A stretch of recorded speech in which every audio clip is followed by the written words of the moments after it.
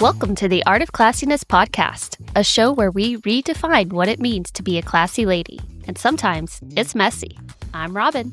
And I'm Deborah, two friends turned classy ladies who are here to discuss life's ups and downs, navigating the complexities of adulthood, and how the gift of friendship is essential to belonging. Today we're talking about work friendships. The ones that start over a shared complaint in the break room and sometimes end in awkward silence after someone quits. Whether you're besties with your cubicle neighbor or stuck in a Slack chat with the office gossip, we're breaking down why work friendships get so complicated and what to do when the dynamics shift. So follow along, give us your feedback, and don't forget to like and subscribe. What's up, classy ladies and gentlemen? Robin, let's do a little check-in. How are you? I'm good. It is Saturday morning here in Oregon, and we're going mushroom foraging today. Ah, so cool. I've never been. I'm really excited. Maybe we can trade Penny to find them. That really feels like so up her alley because she is really good at sniffing, right? Yeah, she is. How do you know that you're not going to die, meaning not pick the wrong type of mushroom? I've thought about this, and I wholly rely on Jackie. Okay, great. I know we are hunting for morels, which have a very specific look. Okay. So I'm not as concerned today. I think it'll be fine. Okay, just let her taste it first and then watch, see what happens. If she starts going into interdimensional conversations, you'll know she picked the wrong shroom. That's a different kind of mushroom. A very different kind. But she started foraging last year, so she just has more experience. Mm-hmm. But I'm just excited to go out to the wilderness. Like, it's been kind of rainy this morning, so the weather is really cool and wet. Mm-hmm. But the sun's coming out. Oh, nice. So I think it'll be a perfect environment for those little guys. How are you? I'm great. I went on a bike ride today. We got a few more weeks till the triathlon, so the miles are getting a little longer. And earlier this week, I had to do 15 miles, and literally the only time I could do it was literally when the sun was coming up in order to get the miles in and come back in time to get my kids ready for school. That bike ride was glorious. Literally was riding in the direction of the sun, so got to watch the sunrise. I passed a pasture, and there were cows that were just hanging out. I went across 2 deer. It was just a beautiful, beautiful morning and a great ride. And today's ride, not as fun. We had some thunderstorms last night, so there was just a lot of puddles and just tree branches on the ground. I actually thought I was going to slip. My bike, I felt it slip. And thankfully, I did not fall over.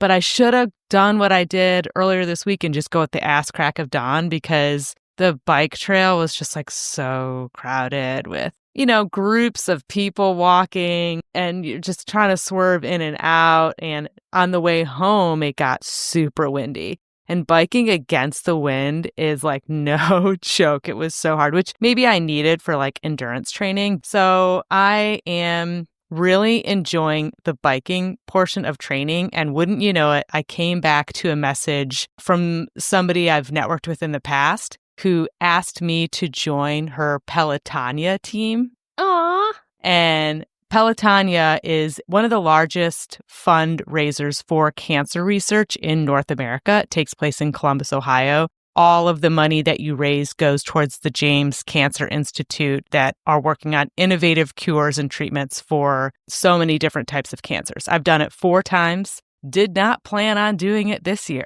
but it's funny. I was really thinking about it on my ride today and to get that message. And she's like, hey, you can join my company's team. We'll pay for registration, your jersey, and we'll match 100% of your donations that you get. Wow. So I'm thinking about it, but it's just 25 miles, which I know that is a lot to some people. I've typically done 50 in the past, so I just need to make the decision of if I'm going to commit to it or not. So we'll see, but just a great morning so far, Robin. That's awesome. Yeah. Yeah, sit on it this weekend. Mm-hmm. Think about if it's something that you're going to be excited about or if it's going to feel like a task. Right. And that's okay. Either one is okay because you're at a different phase in your life right now and you're allowed to prioritize yourself. Mm-hmm. Yeah. So we'll see where it goes. So it's interesting that this person reached out at a time where I was thinking about doing the ride, because in the past, my previous employers have contributed to the fundraising. And the reason I was a little nervous about saying yes to it is because I am, let's just say, underemployed, self-employed, differently employed right now. And when you don't have like a really strong work community that you see every day, it's really hard to like raise those funds. So it's an interesting transition as we talk about that to our topic today, which is work friendships. They come in all different shapes and sizes. Some you meet early on, and those friendships last a lifetime, like Robin and I meeting at work in a bar many, many years ago. Others are really just there for the break room and the happy hour, but once you're no longer working, they gone. So yeah, we're going to unpack all the different dynamics that can happen at work, the good, the bad, and what not to do so that HR does not get involved. Let's start with why work friendships can feel so intense so quickly. And spoiler, it's not just the Slack messages. Oh, that Slack noise haunts me in my sleep still. Sometimes I hear it on Seth's computer. My eye twitches. I'm like a dog when they hear a dog down the street. Yeah. Ears just perk up. I just feel like I'm in trouble already. It's so funny. But yeah, proximity breeds connection. And I think that's the biggest contributor to why friendships can form so fast in the workplace. You spend more waking hours with your coworkers than you do your friends and family. Yeah, definitely. It's definitely a pressure cooker environment, especially if you're going into the office even 3 days a week. Seeing the same people, it becomes part of your rhythm, your routine, and you do get to know really just things about other people that you maybe didn't want to know. And sometimes just the repetition of seeing somebody every day and having shared interests because you're in the same career starts to look and feel like friendships. And sometimes it becomes genuine friendship as a result. Yeah, the intensity can make it feel more real than it is. And I think you need to ask yourself, would we still be friends if we weren't sitting next to each other every day? Mm-hmm. Yeah. And sometimes you find out the hard way. Oh, no, we're not going to be friends, once you no longer work there. But, it's funny. And I don't know if you've experienced this, Robin, but when you were in an office, did you have a slightly different personality around your work people than you would around like your closest friends or family? That's a great question. I might be referring to my most recent office job the most today just because I worked there for almost 10 years, and that's pretty much the only office experience I have. Mm-hmm. So the fact that I was there for 10 years creates its own subculture. Yeah. Like, there are people who still work there 2 years later since I've left. It was a very close, it felt like high school. Mm-hmm. It felt like high school. It's the best way to describe it. And, I'm a graphic designer. I was on the art team. And I do feel like I had the same personality at work as I do with my normal friends. Like, I was always willing to help. I was always wanting to problem solve. Like, I celebrated my coworkers' birthdays. I would make cakes, and I still did all the things because I wanted to have positive relationships with everybody. I wanted us to feel good about working together and supporting each other. And not everybody has that same mindset, I've learned. Yeah, I would say that I was mostly the same, but what would not make me feel super comfortable, and not in every job that I've had, but some jobs, like I would not want my work friends to hang out with my real life friends. I did that. I remember my 30th birthday. I invited some girlfriends from work. I invited all my other best girlfriends, and we all had brunch together. And personally, I struggled with the idea of separating the two. Yeah. I never thought about separating the two. For me, there is just the idea of mixing different groups who sometimes know me in very different ways. Like, my friends have seen me do the dumbest shit, seen how clumsy or reckless or sometimes dumb I could be. And I think in an office environment, I, tried to maintain a level of professionalism that over time that facade always fell. Like I could only wear that mask for so long. But even the name thing, like everyone that knows me from work calls me Deborah. And when they meet people who call me Debbie, it's like they get a little sneak peek into a more casual version of myself. And I'm like, bah, bah, bah, bah, bah. Don't look behind that curtain. You stay over there in Deborah land. Like, I don't know. I did try to kind of separate the two, but it is hard to really completely separate your personality, which is why so many people create such deep friendships with the people they work with, because it's built-in bonding. You've got inside jokes about your boss. You're all maybe stressed out for the same reason. You treat yourself to little escapes like getting coffee or maybe leaving early to go to happy hour. So all those bonding moments really are the ingredients to making friends. Yes, it does create this. Things feel kind of insular when you get to the office. Mm-hmm. It's so separate from your personal life. And I think that's one of the ways you can figure out if a work friend is actually a real friend is try to make plans outside of work, not just going to lunch in the middle of the day. Like make some dinner plans. Yeah. So that you can talk about yourselves more, talk about real life, and see if you actually connect in that way, or if it's just a work office facade, like if I leave, like we're never speaking again. What's always wild is, so my first job out of grad school was in a very professional office environment. Like literally guys could not have even a 5 o'clock shadow at that time.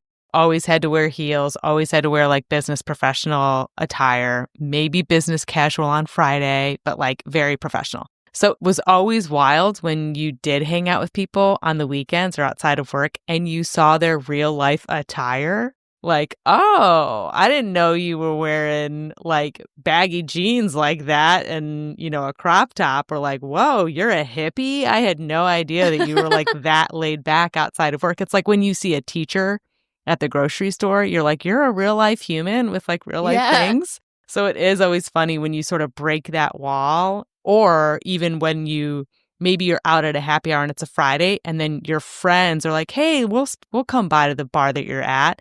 And then you can kind of see how everybody plays together in the wild. Like that's a really good test to see, like, would this person fit in with my life? Yeah. Or do all my friends hate them?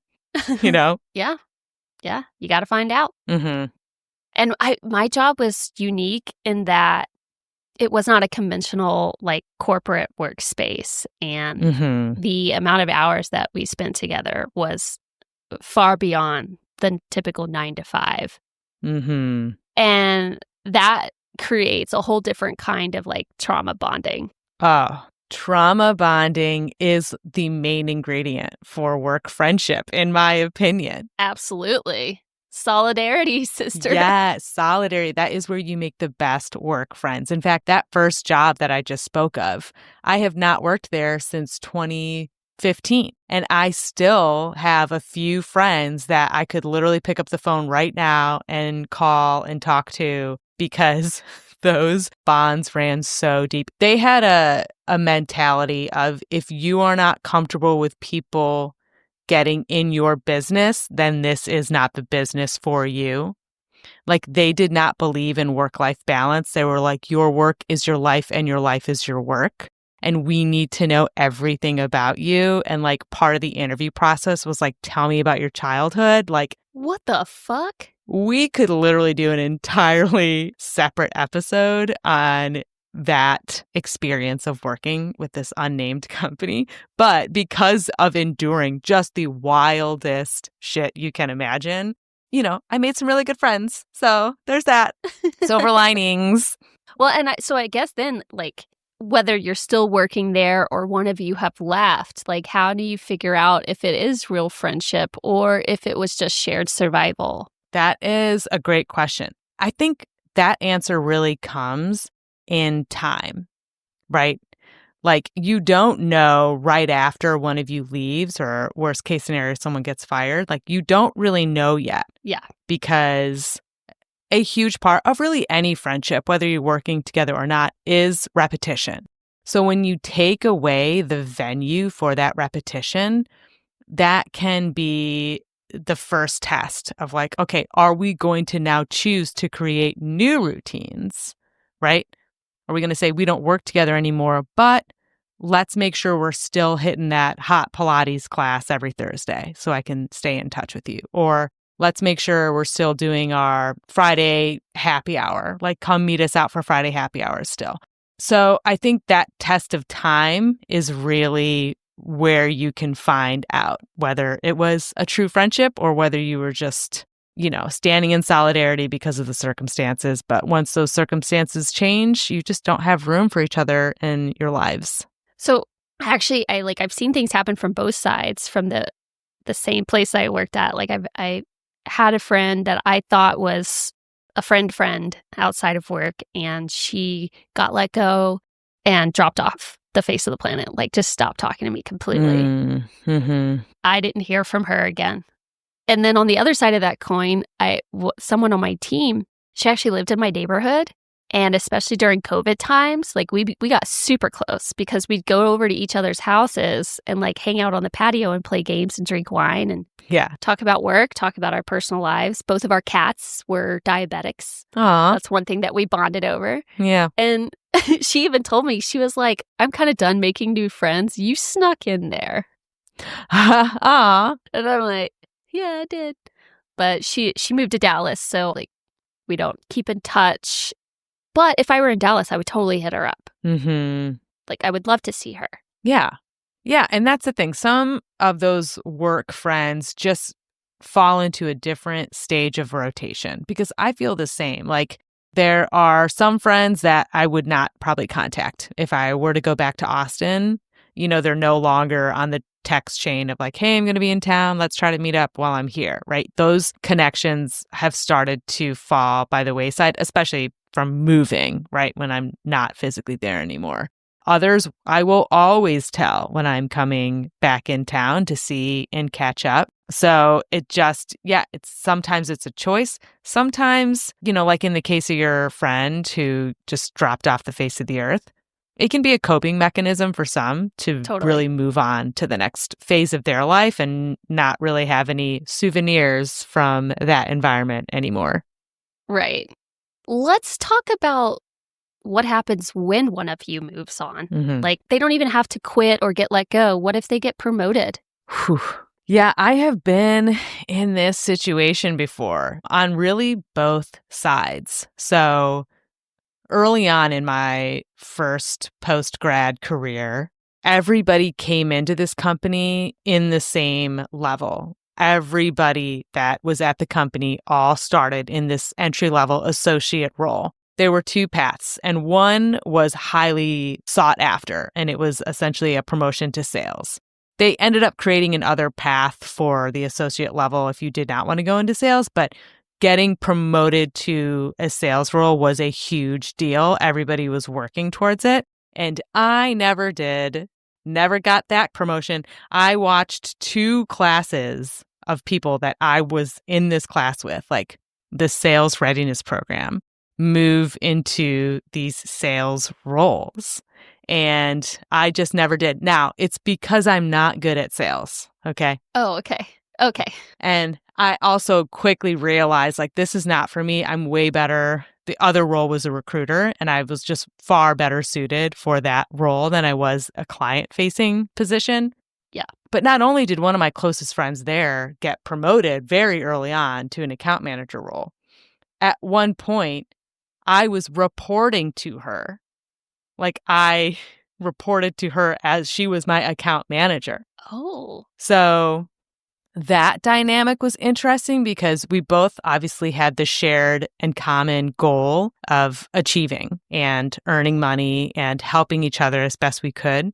But we both hated working there so much that rallying someone to continue to perform when, like, you just spent the entire happy hour bitching about your job, it was really draining, I think, on both of us to manage that dynamic of like, I need you to get us clients so that I can recruit for you.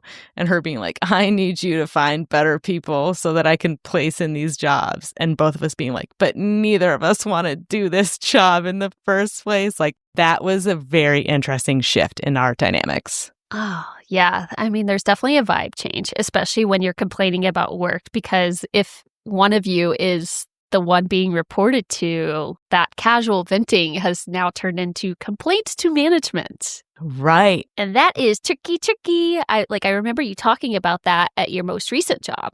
Mm-hmm. Yeah. In my most recent job, shoe was on the other foot. Came in to a flat organization, very small. I was like maybe the 9th or 10th employee when I joined that organization. So we were all not an adult to be found, okay? I was the oldest and quote unquote most mature person at the organization in the sense that I was the only one that had been married and had kids and owned a home. Oh, wow. Even the co-founders, maybe they owned property and homes, but like they were younger than me. They hadn't hit those life milestones, especially having kids. So the first few years of work in there were just, it was a party atmosphere, right? We overshared. We did everything together. Happy hours would go until 2 a.m, like wild times. So when I joined the leadership team and got promoted, now all of a sudden, I am managing people that I started working there with and also serving alongside of the decision makers of the company. So I was like a person that people would go to and be like, you got to talk to them about XYZ. You got to make sure they know that we feel this way. I had to have like 2 personas of like advocating for my friends who are also employees, but essentially serving as like the de facto HR person at this company. That is literally my worst nightmare. I don't know how you did it. I didn't. They asked me to leave, so. Fair. I don't think I was great at it. No, I mean, I hope that's not why. But yeah, so managing that, it's almost like a public and private persona, because there were so many times I did not agree with the decisions that the leadership team was making. And I had to rally around ideas that I did not favor around my peers. Like, no, ultimately it's going to be a good thing because you guys are going to be able to do XYZ. In the back of my head, I'm like, this is bullshit, right? Oh, yeah. But who's paying me? Yeah. Not my friends, So it is hard. It's really difficult to navigate that. What would be some advice that you would give someone when those power dynamics shift, if they want to maintain a real friendship? I would say have something completely separate. Like if they are a real friend, someone that you're spending time with outside of work, you can confide in, maybe they're even a part of other aspects of your personal life, have something that has nothing to do with work that you continue to have in common. Oh, yeah. That's a great suggestion. Thanks. I had some friends from work. I ran into them at my climbing gym. And we became friends through climbing together. Because I knew them through work, but it's not like we hung out. We would have weekly plans to meet up to go climbing together. It was great. Yeah, and maybe it's like something athletic, like a gym, or maybe a race that you are training for and doing together. Or it could be another type of hobby, like mushroom foraging maybe, or, taking some kind of class together, or maybe just a shared interest in music or going to concerts, but have something where not only is it not at all connected to work, but also make very clear that I don't want to talk about work. Have times and maybe you call it out like work-free zone. And honestly, I found a really good way of doing that was to involve my work friends with my life friends, because your life friends don't want to hear 2 people at the table bitch about the quarterly business review, right? So include them in other folds of your life that are going to make work feel like completely unimportant to even talk about. Yeah, great suggestion. So what happens when someone moves to a new role or a new company and you feel left behind? Like you were at the same kind of income level. Mm-hmm. And now one of you, you just know, the other one just took a giant jump. Yeah. Is it awkward? Can you work through it? I think it can present a myriad of challenges, but also opportunities, right? So the company I worked at was kind of a feeding ground for other tech companies to pull from.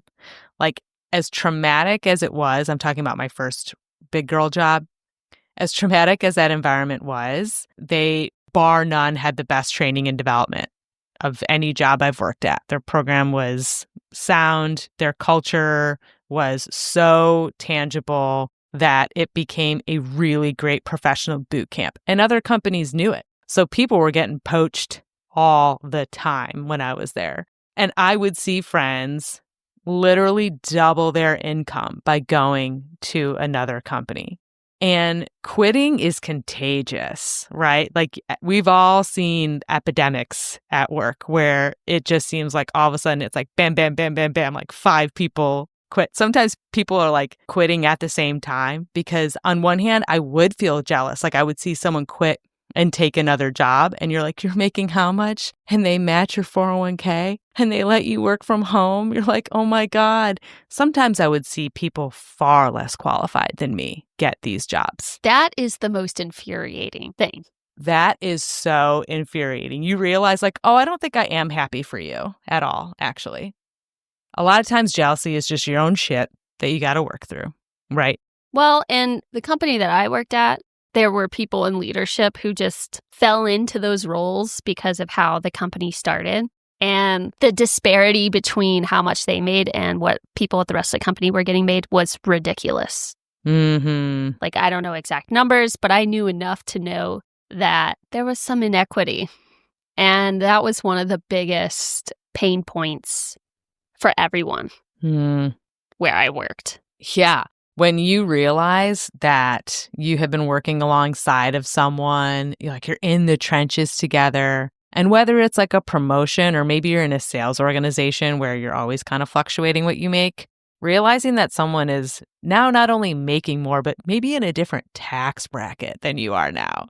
Like, that can start to really test your friendship in a way that it wouldn't if this was someone that you were friends with outside of work. Like, outside of work, I'm so happy for you. Like, yeah, that's so great. You're doing well. When you were in the same environment and you are like, I was qualified for that job though, and you got it. Like, what did you do that I didn't do to get that? And like, that competitive nature comes out, and sometimes it can really drive a wedge in office friendship. Yeah, I mean, it's still a job, right? And decisions that your superiors make, decisions that you make affect your role, your tenure.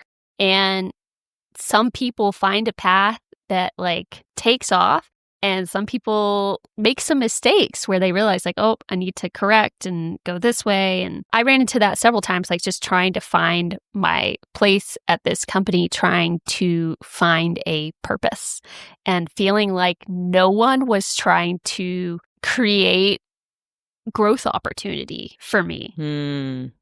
Mm-hmm. There was no clear, if you do X, you get Y. Right. And that was very difficult for me. I'm like, especially because that was like my first big girl job. And then I stayed there for so long. I wasn't exposed to any other way except that my friends kept telling me, you need to leave that place. Like, that's not normal. Yeah. Right. And, trying to get a job is really freaking hard. And like, there were so many things that I did like about my job, like the people that I worked with. And it's tough. It is tough, especially when you're starting in the workforce young and you are alongside of other team members. Misery loves company. And it's really easy to just fall back into the I'm just going to phone it in mindset when you're not like at a highly engaging job. So sometimes it's difficult when one of you is like, you know what, I am actually going to try to be good at this. And nope, I'm not going to leave early for happy hour today. I'm going to work a little extra to get this done. Or, sorry, I don't really want to talk about so-and-so. I kind of want to keep more boundaries. Like, when you start to be the person that like takes the job seriously and your peers don't, that can also create a little bit of friction too. which is so funny. And you wouldn't have that in friends. Yeah. Do you know what I mean? Like your friends are hopefully always trying to lift you up and get you to do bigger and better things. But there is like a weird crabs crawling out of a bucket mentality in some office environments where that person who's like trying to do well, oh, looking so-and-so kissing ass over there. Oh, you're wearing a suit today. Lottie whoop-de frickin' do. Like it can be so easy to just try to drag somebody down to that level. And that can be toxic. Yes. That's the opposite of silent resentment. Yep.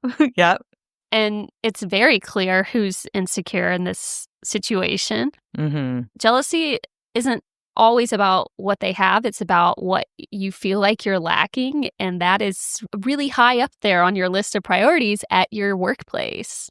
Mm-hmm. Yeah, I think the best thing that you can do when you find yourself in that situation where you are feeling jealous, or maybe you've crossed that line and said something shitty like, oh, look who's trying hard. Sometimes you got to check yourself. You just got to own it and tell someone, hey, I'm really happy for you. I'm going through my own shit. Like my reaction has nothing to do with you. I'm just not very happy where I'm at professionally. And so it's kind of bringing up a lot of stuff for me. Yeah, that's perfect. So when someone quits and you feel like you've lost your work bestie, there are ways to keep that friendship alive without making it weird. And there are ways that you can still stay in touch. Let's talk about what happens after someone quits and you don't stay in touch like you said you would. Mm-hmm. Like you thought you guys were in it through thick and thin. Mm-hmm. And you're now learning that maybe that's not the case. What are some things you can do? This is tough. I'm going to try not to trauma dump during this section. But you can. We're here for you. I can and I will. They don't fucking listen anyway, so who cares? There is quitting and moving on, right? And then there is being let go. So first, let's talk about the easier one. When you quit and you go to another company, right? I think depending on the nature of how you quit, it can be a good opportunity for both parties to stay in touch. First and foremost, you have to think about just general professionalism, okay? It's always good to still have people that you can call that you used to work with that has nothing to do with being friends. Maybe you need a reference, maybe you need a referral, or maybe you just want to stay in the loop as to what is going on in that industry. So I always think if you are quitting a job, even if you hated the place that you worked for, it's just good professional advice to just stay on good terms and to keep things kosher with those people, because a lot of big cities even are small towns. Yeah. And you don't want people running their mouth. You don't want to be the one that runs your mouth about somebody, even if it just sounds like gossip. Like you never know how that could impact somebody's professional future. So I think one tip would be to, like we talked about, have some kind of benchmark that you set up. So when you're leaving, you're putting in your 2 weeks. Hey, it's going to take me a little bit to get settled into the new job. I want to get something on the calendar for us to get lunch once I get settled in, right? Let me go ahead and pencil you in. Or I'm going to reach out after the first few weeks and, would love to get coffee or meet for happy hour like we used to. Like have something that you can plan in person while you're still seeing that person that you can commit to, because sometimes out of sight, out of mind, and following up with them a few weeks later, we should get lunch sometime. That sounds great. And then you do that song and dance for 10 years. I have done that dance with several people. Not every friendship is meant to go the distance. Mm-mm. Like I have tried really hard to maintain some of those friendships. And then I realized I was the only one trying. Yeah. I was like, oh, what happens if I stop? Oh, then we never speak again. So. Right. If I stop putting in the effort, does anything happen? And that can be a good litmus test for really any situation, but definitely with work friends. Yeah.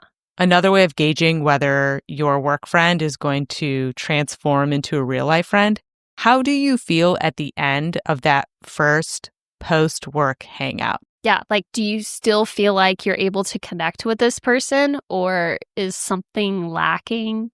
Yeah. Did you get there and then you spent the entire time with stories about remember when and is so-and-so still doing, like, Yeah. if you are only living in the past, if you're only able to talk about things that happened previously and not transition to the future and what your new life looks like and new parts of your world that they don't know about, then you just might have a friendship that you see each other and you make jokes about the Christmas party of 2008 and like that's all you got. And that could just be a I'll wave at you from across a bar type of friend, but not a I'm going to continue to make time for you in my new life friend. That's a great point. And something that just occurred to me is maybe also have a rule to only talk about work the first 10 minutes. Like, I want to hear about your new job. Tell me everything.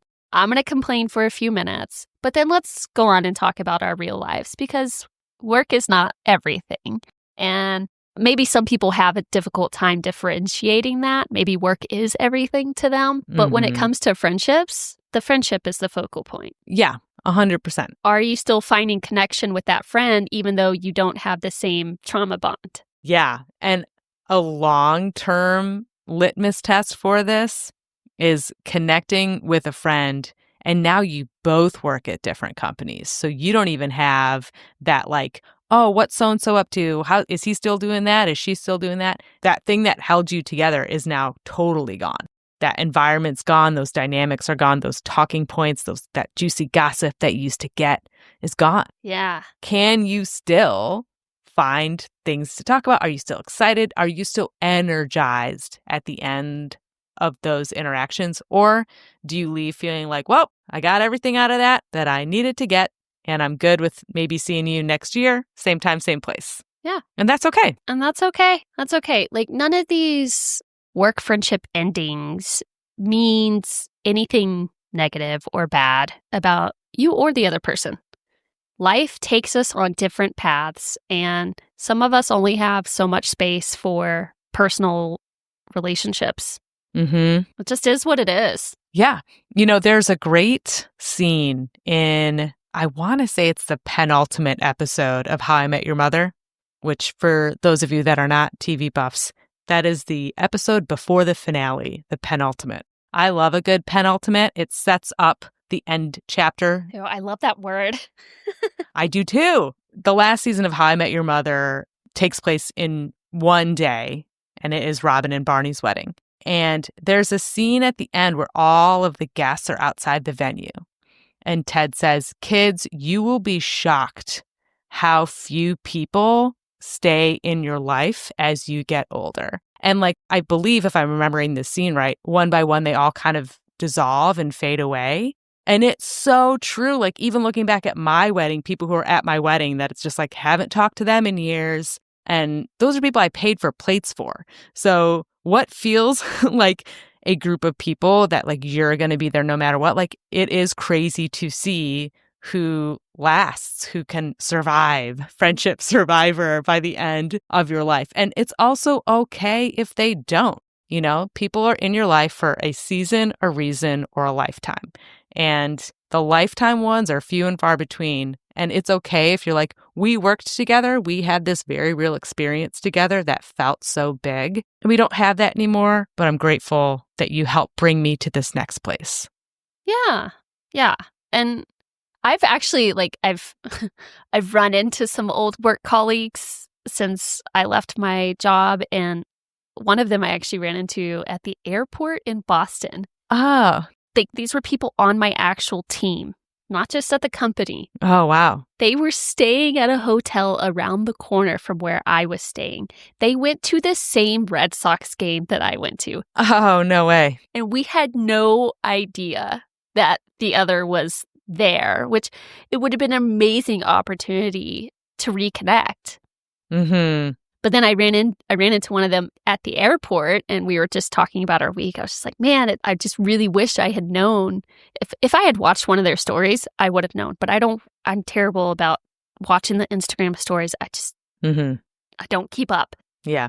And then, it's the whole, like, we were texting on the plane, and she cracks me up. Like, I really like her as a person. I was like, let's get together back in Austin. That was October. Yeah. It didn't happen. And that's okay. That's okay. Like, I still have love for her. I still want the best for her, but it just is what it is. Okay, so it's always easy to stay on good terms with people when someone quits. Maybe someone gets a great opportunity at another company. Let's talk about handle friendships during the darker timeline of when someone gets laid off or fired. Or furloughed. Like, COVID was such a dark time for so many people. My gosh. There was a huge layoff at my company. They let go like a third of the company. And then a couple months later, some of us got furloughed, and I was someone that got furloughed. So that means like you're not fired, but you're also not getting paid. Yeah, you're like in jail. You're like in corporate jail. Yeah. So I was getting unemployment, and it was just such a weird time, a weird dynamic. I'm like, I'm still an employee, but I'm not working there right now. Like, people weren't really talking to me. Oh. I got kind of a taste. And then when I came back, they put me on a different team. And I was like, well, I just want to stay on this team now. Fuck you guys. Yeah. Yeah, that is awkward. And I have experiences on both sides of this. And I learned so much about how to treat people after I got let go. And it made me really embarrassed of the times that I did not take the time to reach out to somebody when they were let go. So I really saw firsthand how that forced dynamic change can make things murky. And I do understand why people need to just like totally remove themselves from the group chat, from the Snapchat group, from the, the Instagram group message. They need to just remove themselves sometimes because they don't want to be reminded every day of what they're missing. Well, and in a way, you're no longer trauma bonded. Right. They've experienced a new trauma that you weren't a part of. Right. And that fallout can be very, very difficult mentally, emotionally, professionally. It's embarrassing. Yeah. Yeah. I can totally see that side of it, of just like wanting to completely disconnect from that life so that you can focus on what's in front of you. Yeah, 100%. And that's so funny you say the word embarrassed because, when I got laid off, an email was sent out to the organization because I was one of many people. Well, I was not the only person that got laid off that day. So a corporate email went out, which somebody took a picture and sent the screenshot to me so I could see what it said.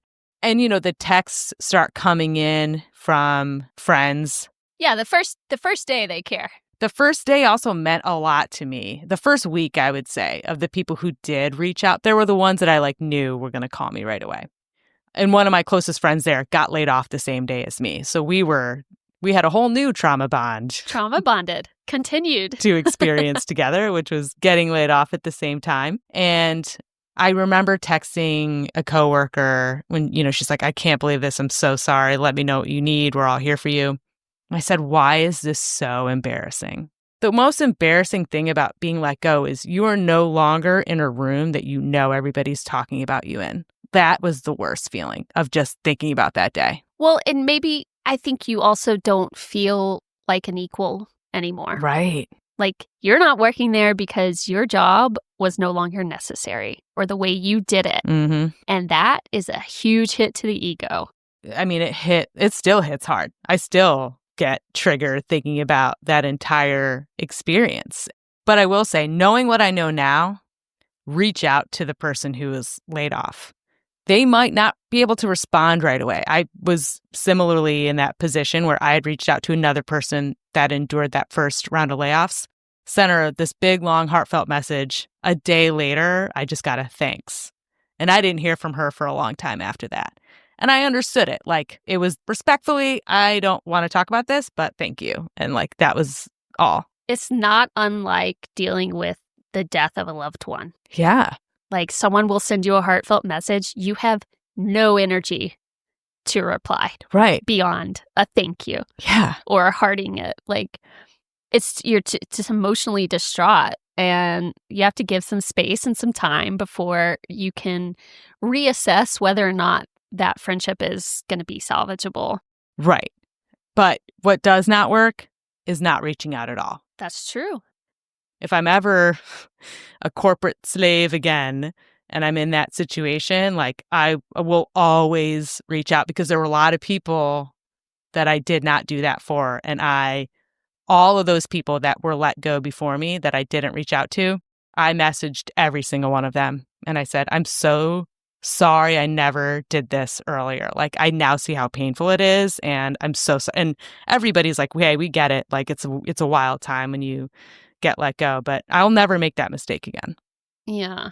And this whole discussion has me looking at friendships in the workplace completely differently, just because it is a toxic relationship. It is. It is. It can be. Whether it's you're trauma bonded because you have a shitty boss, you're trauma bonded like you work at a shitty company, or like just all the gossip going on around, like you're all friends based on who's telling you the secrets. Mm-hmm. And when you get let go, I think it's part of the reason why like it maybe hurts that much more is like, oh, I'm on the outside of that now. And it feels terrible. It feels so terrible because you can no longer manage other people's perception of you. Everything you did is now on the table and you can't say anything more about it. And it's up to them to write your narrative, to keep your legacy, to trash your legacy. Yeah. You don't have a control over it anymore. And that the ones that come through post layoff are the realest of the real, in my opinion. And the people who have continued to, even if it's intermittently, check in. I have one friend who he'll just randomly text me and he'll say, mental check or like mental health check. How we doing? He'll literally make sure that we call it out. Like, well, let's check in with each other. How are we? Like, what's going on? And those people in that camp, which are so fewer than I thought there would be. So fewer. It's crazy to me, actually. But hey, now I know, right? How great is that I actually know who are the real ones? Yeah. So there's obviously so many dynamics to consider when you have an office friendship. Why don't we give people some do's and don'ts for how to have friends at work without having to call HR? Let's do it. I'm going to start. Okay. With number one do. This is the number one. Set boundaries early. Be clear about what's okay to talk about and what's not, especially if there's a power dynamic. Oh, for sure. The power dynamic is a huge thing to keep into consideration. Like we talked about changing roles, getting promoted, being on different teams, or even just proximity to power, quite frankly. But I really wish this was a ability that I had more of in my other jobs because I am such an open book. Do as we say, not as we do. Yeah. I'm talking to my younger self here. Well, and that takes us to our first don't. Don't vent about coworkers to coworkers. Like, it will always get out. It always does. There are rare occurrences, like if you tell me, it probably won't get out, but someone is always going to tell someone else. Mm-hmm. You have to think like that. And that's when you ask yourself, is this something I really want to talk about? Like, am I okay with other people knowing this? Yeah, because again, if you work in a really toxic organization, like the ones that I've worked at, sometimes you have managers that will pit one person against another. So a lot of times, because it's your livelihood, if you're in a toxic environment where you're being pit against each other or something gets found out and you have to be like, here's what happened, it's just better to like not have anything to say, you know? Yeah. Yes. Another thing you can do is make sure that you're being inclusive. You know, a term you hear a lot of in terms of someone describing an office environment is it's like high school. Which I said earlier. And I also worked in a few environments that felt like high school. And it really made me think, I'm like, man, sometimes you just never leave high school. It's true. I found it to be kind of infuriating. Yeah. I'm like, why are you guys being so cliquey? Yeah. Right. So try to fight that culture and start to be inclusive, right? It's great to make friends with the people that are closest to you, your cubicle mates, your teammates. maybe someone who you often run into in the break room. But, it could be a great way to socialize by being inclusive with people who are not on your team, who maybe you're not going to see as often. And you never know, maybe that could be a friendship opportunity in the making. Because what you don't want to do, so do be inclusive, but don't play favorites. Like, don't create high school where you work. We've all graduated. So try to just be an equal attention giver, and it's just going to make a more pleasant environment, and you're not going to accidentally hurt someone's feelings who could come back to bite you in the ass later, right? You never know what career paths people are going to take. So you got to always think about what's in your best interest, and it's just good to be on good terms with most people.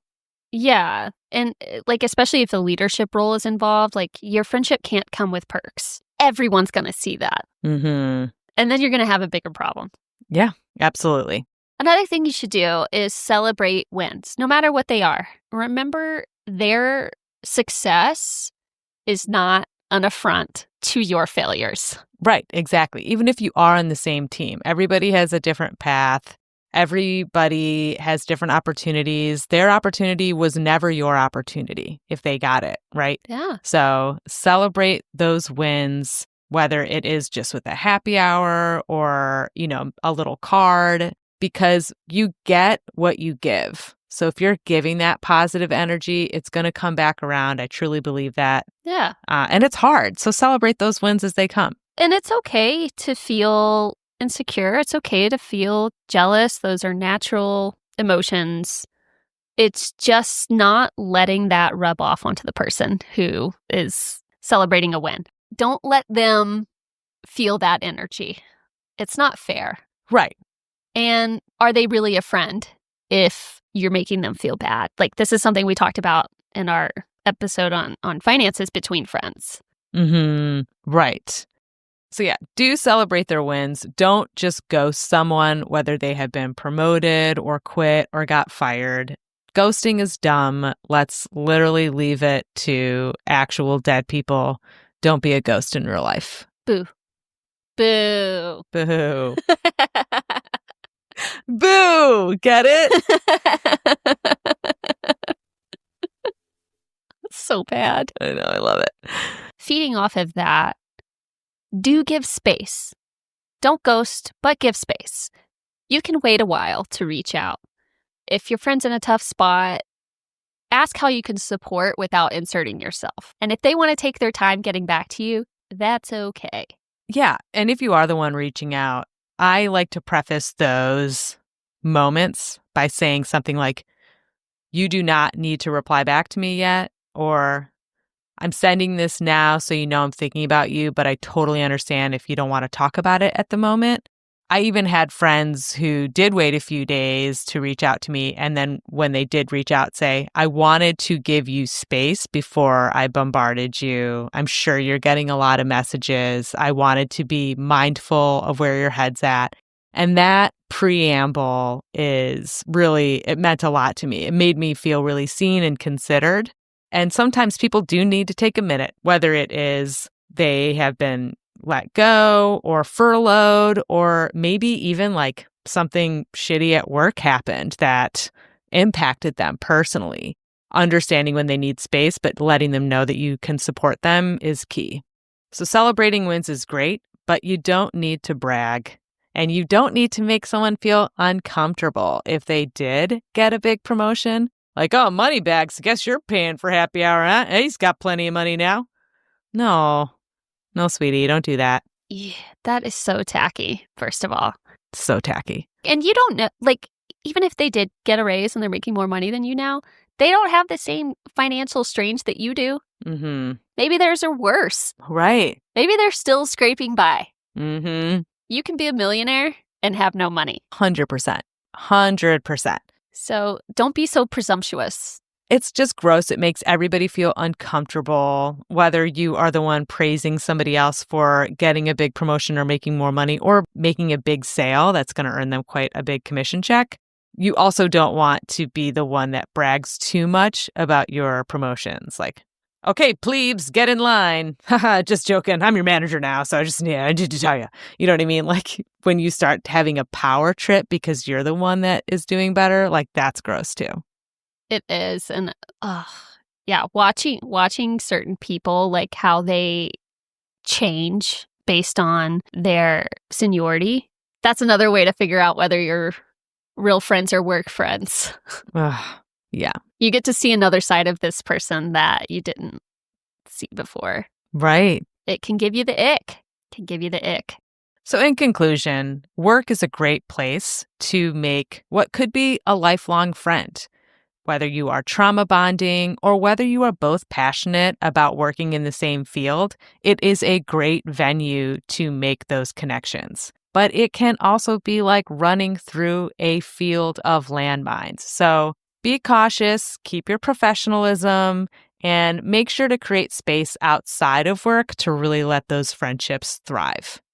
Okay, it is time for our next segment, our class act of the week. Each week, Robin and I take turns giving a shout out or giving praise to a person, place, or sometimes parasocial relationship that we just think is classy. So, Robin, what is your class act of the week?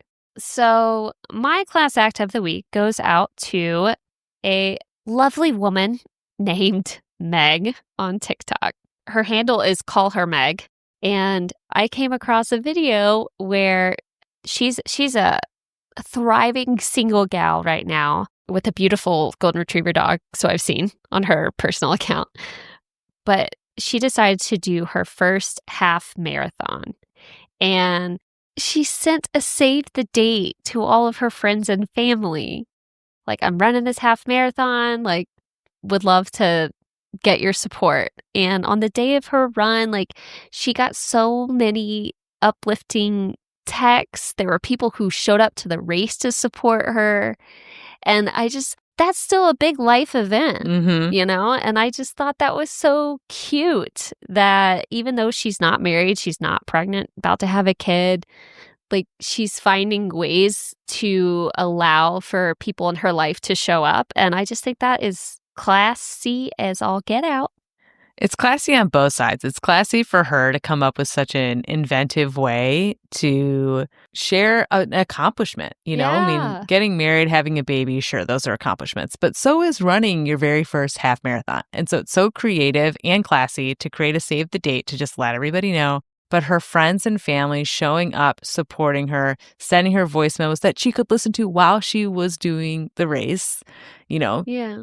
Pictures, sending pictures, you know, people who actually went to the actual race. All of that is so classy, and it's just exactly what we're about here on Art of Classiness. Yes. Well, and it made me think about when you and Lauren trained for the full marathon. Yeah. Oh my God. Yeah.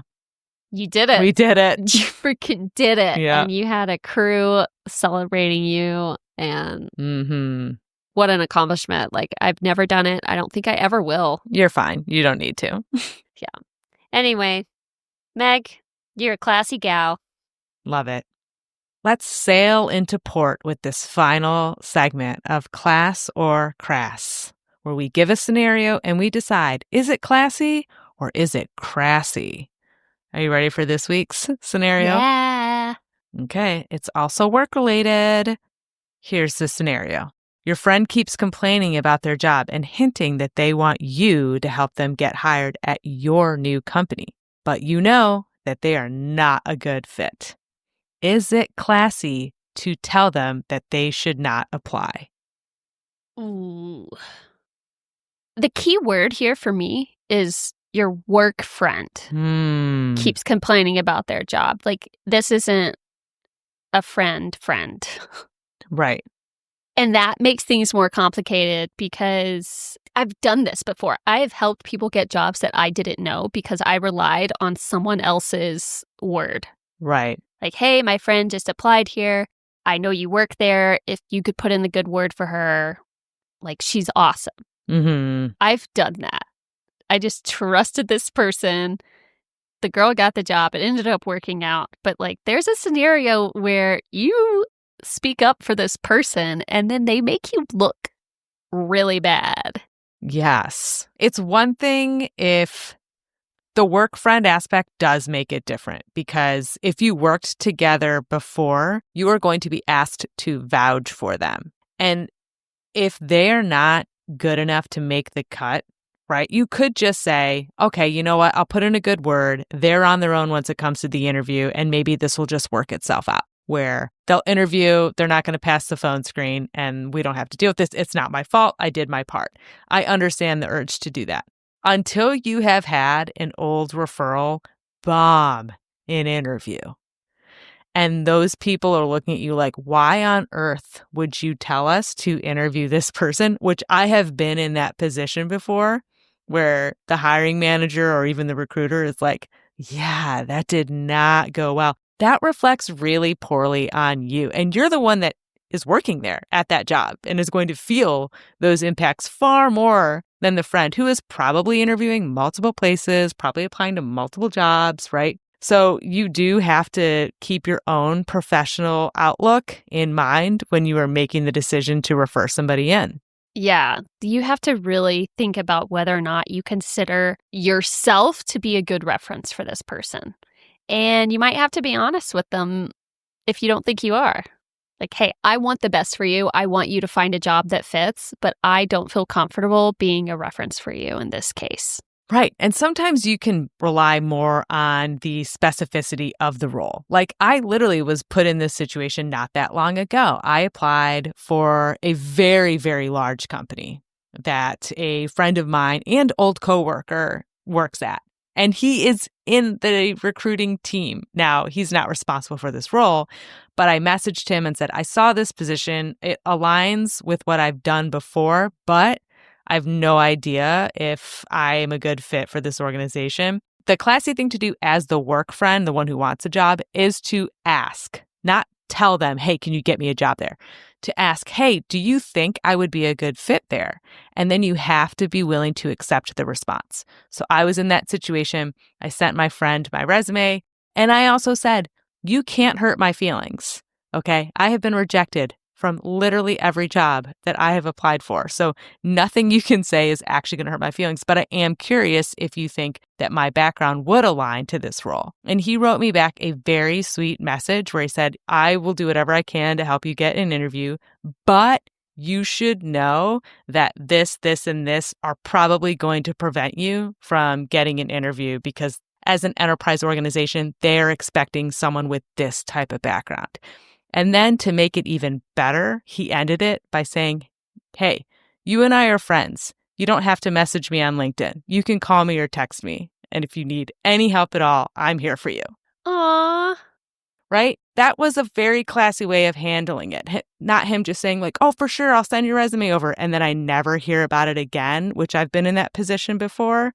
That's worse. Like he gave me very clear feedback that had nothing to do with me personally. Yeah. So just make it about the specific requirements of the job, remove somebody's personality away from the situation, and that is a lot easier to navigate the letdown of like, I can put your name in, but you should know X, Y, and Z. Or, hey, before I put your name in, why don't you and I meet for coffee and we can talk a little bit more about what you've done recently so that I can be better informed. And then maybe in that conversation say, yeah, I know what the manager's like, and I don't think this is the position for you, but maybe if other ones come along, I can let you know. That's a great way to put it, because what you don't want to do is flat out lie. Don't say you're going to do something and then don't do it. If you're not going to do it, you need to be upfront about that. Right. Because if they think that you're helping them, they're going to keep coming to you for help. So you're not doing yourself any favors by acting like you're helping them. You might think you're being kind by telling someone, yeah, for sure, I'll definitely help you, because they feel momentarily supported. But if you don't see that through, it's cruel. And you're not being a true friend. Right. That's another work friendship that's not going to be maintained outside of the workplace. Exactly. So nip it in the bud if that's what it is.